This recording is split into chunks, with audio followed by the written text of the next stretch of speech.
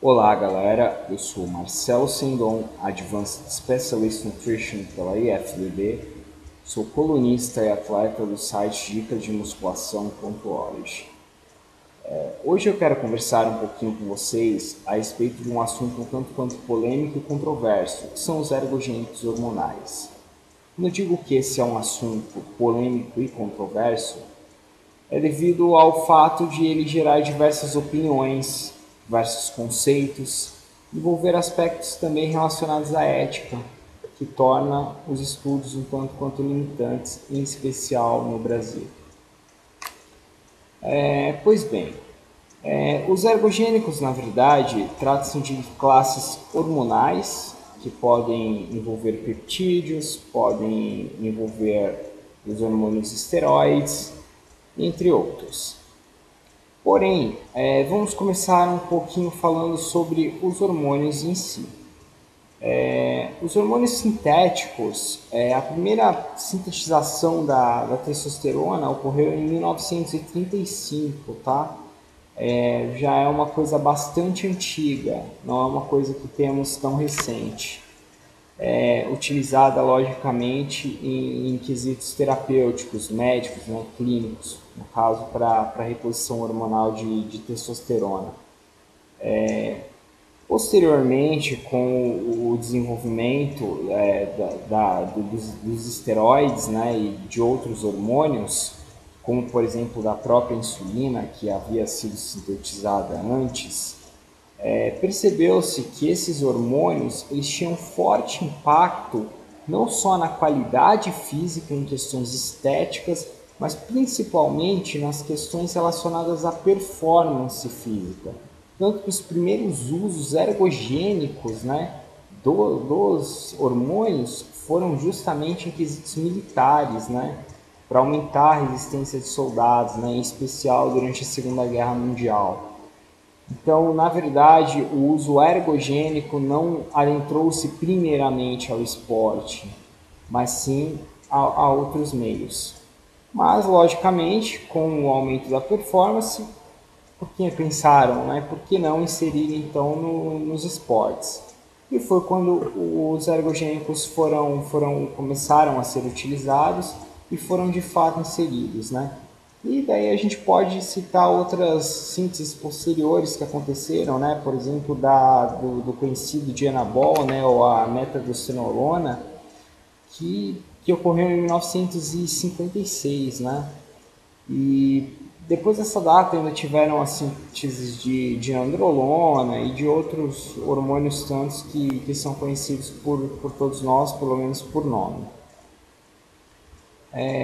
Na verdade, o que eu quero conversar com vocês hoje é sobre um assunto relacionado não ao uso em si, mas aos efeitos que isso pode trazer frente a aspectos sociais e também frente aos aspectos pessoais da pessoa.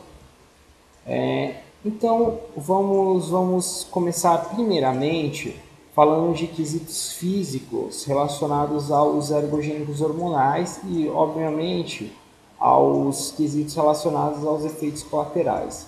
Sabe-se que os esteroides, né, e mesmo os hormônios peptídicos, os hormônios derivados de proteína, eles têm grande capacidade de sinalização no corpo, né, que na verdade hormônios são grandes sinalizadores no corpo.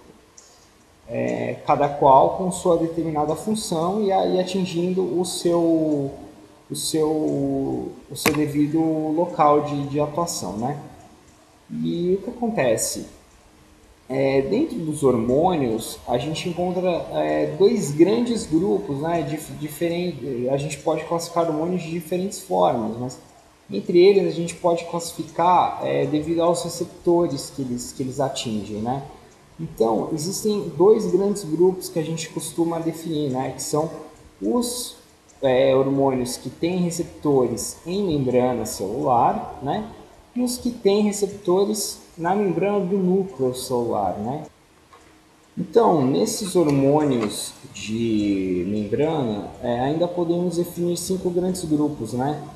O primeiro deles é o grupo serpentina, né, que tem interações com a proteína G, né, como o TSH, por exemplo, né, cujo domínio simples, né, com atividade tiroquinase, né, como por exemplo a própria insulina, né, no receptor GLUT4, os domínios de transmembrana sem a ação da tiroquinase, né, como por exemplo a prolactina, o GH, e os de crescimento de transformadores betas, né, que tem ação com a serotonina e a trionina quinase, e os receptores nitriuréticos, né, que são produzidos no tecido do coração. E eles agem, né, com mecanismos de interação com o GMP. Esses hormônios, primordialmente, não são esses receptores, na verdade, né, primordialmente, não são os que nós vamos tratar, mas nós vamos abranger eles também. Nós vamos falar um pouquinho dos hormônios esteroides também. Os hormônios esteroides, como eu disse, eles agem no núcleo celular. Eles trabalham através de modificações de síntese do mRNA, né?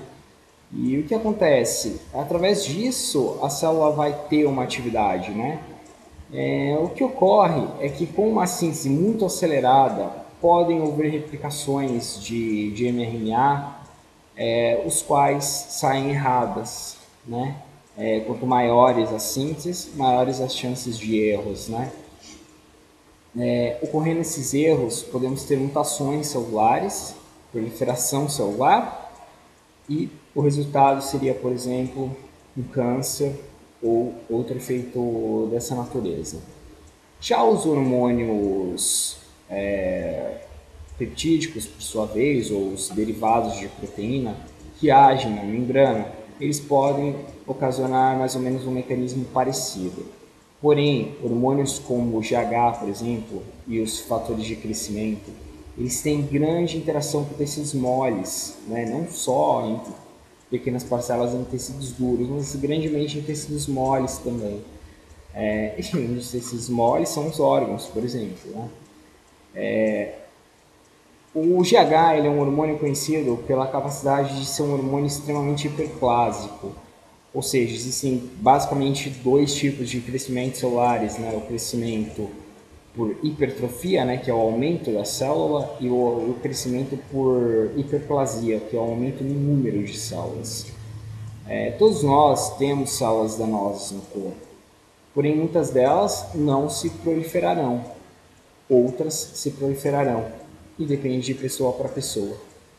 No caso de muitas células defeituosas, normalmente se tem uma anomalia num determinado tecido. Ele deixa de ter uma funcionalidade, ou ele pode até mesmo desenvolver o que nós chamamos de câncer ou um tumor, né? Então, o GH ele pode ser um hormônio extremamente hiperplásico para essas células. Ele pode apresentar alguns desses erros, tá? Então, eu acho que todo usuário, em primeiro lugar, tem que conhecer mecanismos básicos, né? Seja ele a meio esportivo ou não, tá? E nós comentaremos um pouquinho a respeito do uso deles em meios esportivos, competitivos, profissionais e no meio unicamente, digamos, recreativo. Alguns outros, né, alguns outros efeitos colaterais, né, que a gente pode citar, né, são, por exemplo, a hipertrofia do ventrículo esquerdo, né, do coração, o qual pode vir a ocasionar hipertensão arterial pulmonar, né, uma elevação na pressão no pulmão. É algo extremamente ruim e algo que pode gerar fatores cardiovasculares extremamente prejudiciais e levar à morte, né? Além desses quesitos, né, nós observamos com alguns estudos, né, por exemplo, eu trouxe aqui alguns estudos realizados no Centro de Biologia, né, em 2005 nos Estados Unidos, estudos relacionados realizados por Andrade e colaboradores nos Estados Unidos também em 2008, eles mostram alguns aumentos em tecido renal. Não houve, entanto, aumento no tecido hepático, muito provavelmente pela rápida regeneração do fígado e pela capacidade de degradação de substâncias também, creio eu. Nada comprovado no artigo, apenas achismo. Ainda assim, nós podemos apresentar talvez os piores efeitos os quais os ergogênicos podem ocasionar, que não são efeitos relacionados unicamente aos aspectos de saúde, mas são efeitos relacionados aos transtornos psicológicos e aos transtornos sociais, os quais os ergogênicos hormonais podem gerar, tá? Em 95, foram publicados artigos os quais relataram que o uso por adolescentes, em especial de ergogênicos hormonais, poderiam gerar sintomas e efeitos colaterais que levariam as pessoas à confusão mental, muita agressividade, brigas e até mesmo depravação de danos privados, sejam eles próprios ou não, tá?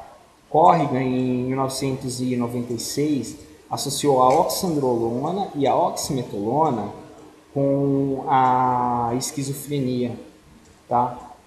Muito disso se deve à interação que os hormônios têm, não só nos eixos relacionados aos hormônios sexuais, os hormônios que tanto buscamos no meio esportivo, mas também há outros hormônios, como por exemplo a dopamina e os receptores de dopamina, né?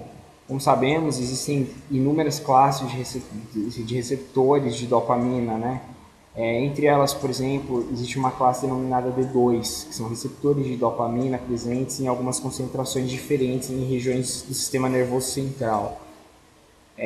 Grande parte da associação desses receptores D2 estão associados com a esquizofrenia.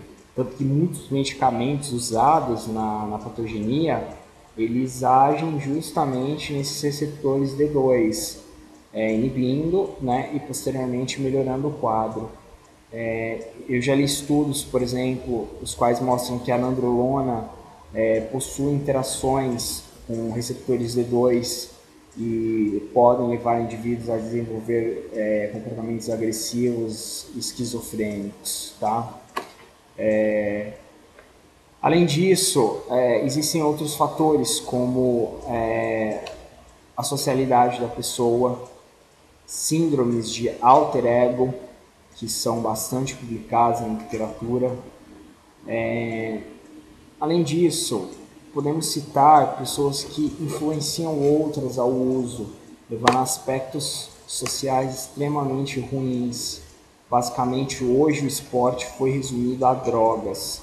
O mundo de academias foi resumido a drogas, o que é um grande erro. O mundo de academia, o mundo da musculação, o mundo do bodybuilding em geral, ele não é um mundo de drogas. Ele é um mundo diferente dos outros, tá? Mas ele não é um mundo de drogas.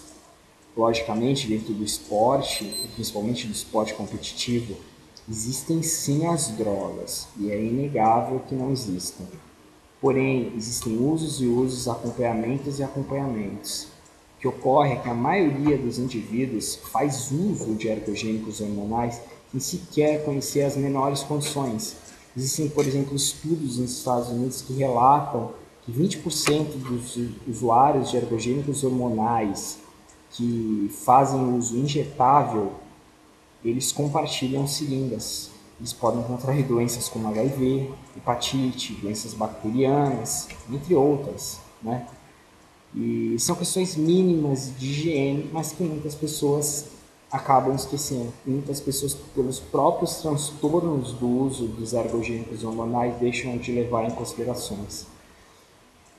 E não é à toa que a gente vê nos programas, nas reportagens, jovens e jovens morrendo, jovens e jovens tendo anomalias e doenças agudas por conta de inflamações, né? Perdendo membros, tendo que fazer drenagem. Isso, na verdade, é uma coisa que deturpa o esporte, é uma coisa que entristece todo mundo que ama o esporte como eu. Na verdade, esse vídeo eu não quero tratar sobre o que você deva ou não fazer da sua vida. Afinal, cada um sabe o que bem deseja e o que bem quer. Porém, esse vídeo é, na verdade, um grande alerta para as pessoas ao fazerem o uso ou decidirem seguir algum tipo de protocolo relacionado ao uso de ergogênicos, considerem esses inúmeros aspectos, considerem as interações, considerem as responsabilidades, não considerem apenas os benefícios ou mesmo o seu ego. E também não considere que este é um mundo o qual seja um mar de flores, porque na verdade ele não é. Ele pode ser um mundo bom para o cara que está na competição, mas mesmo assim ele sofre com alguns aspectos. Então você sempre deve colocar numa balança antes de tudo. Vejo muitos indivíduos hoje em dia, os quais sequer têm o mínimo conhecimento em dietética e nutrição. Na verdade, eles acham que conhecem alguma coisa e, na verdade, quando você vai olhar um protocolo dietético deles, se torna ridículo. Na verdade, eles estão usando grandes doses hormonais, por exemplo, esquecendo de comer o suficiente. Vejo pessoas e pessoas que falam da famosa trembolona, mas, no entanto, você vai observar uma refeição da pessoa, por exemplo, não é uma refeição digna. Você faz ideia do quanto um atleta profissional come? Muitas das pessoas que trabalham ou começam algum trabalho comigo, elas na verdade se assustam quando recebem o protocolo dietético. E elas acham aquilo loucura, mas depois elas na verdade veem que é um caminho muito mais correto, um caminho qual vai gerar resultados duradouros, né? Posso citar, por exemplo, uma pessoa que me mandou uma avaliação física ontem. Em 2 meses ela obteve uma redução de percentual de gordura em aproximadamente 14%, aumentou a massa muscular em 4 quilos e conseguiu reduzir 4 quilos corpóreos. Tá? Um excelente resultado e acho que essa pessoa merece os parabéns, porque ela não fez nenhum tipo de uso de substâncias ergogênicas, apenas dieta e treinamento correto. Muitas das pessoas as quais hoje adentram nas academias se preocupam com o que tomar, se preocupam com o que fazer para obter o resultado, mas não se preocupam na batalha que elas têm que traçar consigo mesmo para seguir as dificuldades do dia a dia, né? Para seguir as dificuldades que um atleta profissional passa, visando ou não quesitos profissionais. Você tem que ter um foco na sua vida. E você tem que saber que se você não visa quesitos profissionais, para que você vai sacrificar, por exemplo, a sua saúde? Ou para que você vai sacrificar aspectos do seu meio, da sua vida social, da sua família? Você tem que saber se isso vale realmente a pena. Então, na verdade, isso é um grande alerta, em especial adolescentes, tá? Busquem sempre a orientação correta, busquem sempre os protocolos corretos, tenham certeza do que vocês vão fazer da sua vida. É como uma tatuagem, muitas coisas não saem do corpo, você deve ter certeza ao fazê-las. Então, opte sempre pelo que vai, em primeiro lugar, te gerar felicidade própria, não o que vai te gerar felicidade frente aos outros. Lembre-se que tudo pode ser passageiro, menos o que você é e o que você leva consigo. O que você constrói para si sempre será seu. Ninguém tem o direito de destruir isso. Galera, espero que esse vídeo sirva um pouquinho como uma reflexão e um aprendizado. Novamente deixo o meu alerta, principalmente aos inúmeros loucos que andam pela internet disseminando o meio de ergogênicos hormonais como se fosse algo simples, fácil e tranquilo, quando na verdade não é. E gostaria de pedir sempre um pouco mais de consciência. Valorizem o esporte. Falou, galera. e continuem acompanhando os vídeos www.marcelosendon.k6.com.br. O site Dicas de Musculação é www.dicasdemusculação.org e eu tenho apoio à Área Forma.